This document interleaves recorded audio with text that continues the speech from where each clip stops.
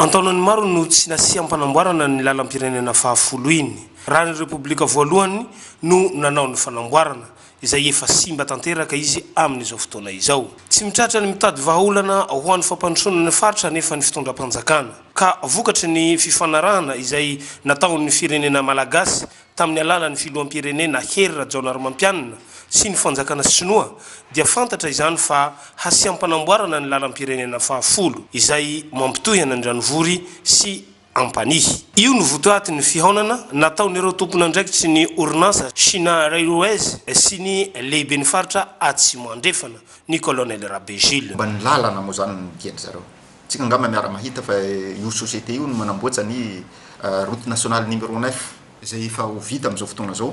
Dia tonga teto zareo zany nanambara fa vokatsy ny dian'ny filoham-pirenena tany Sina tamin'ny dian'ny filoham-pirenena farany teo zany dia nisy moa zany ny fanapahan-kevitra ny hijerena ankaiky ihany koa ny fanamboarana ny route nationale numéro 10 izay mampitohy any Andranovory sy Ampanihy izay sorana manokana ny filoham-pirenena amin'ny hanamboarana ny route nationale numéro 10 iny satria heverinay efa vita ny route nationale numéro 9 raha ohatsy ka vita ny route nationale numéro 10 iny dia zay angamba no hitako hoe tena zava-dehibe eo amin'ny fampandrosoana amin'ity faritra Atsimo andrefana ity ka isoranay erasaina ny filoham-pirenena zay zava-zay satria raha ohatsy ka vita ny route nationale numéro 10 iny ane dia iarahantsika mahalala fa hifamezivezy ny vokatra zany makany amin'iny faritra ny Android.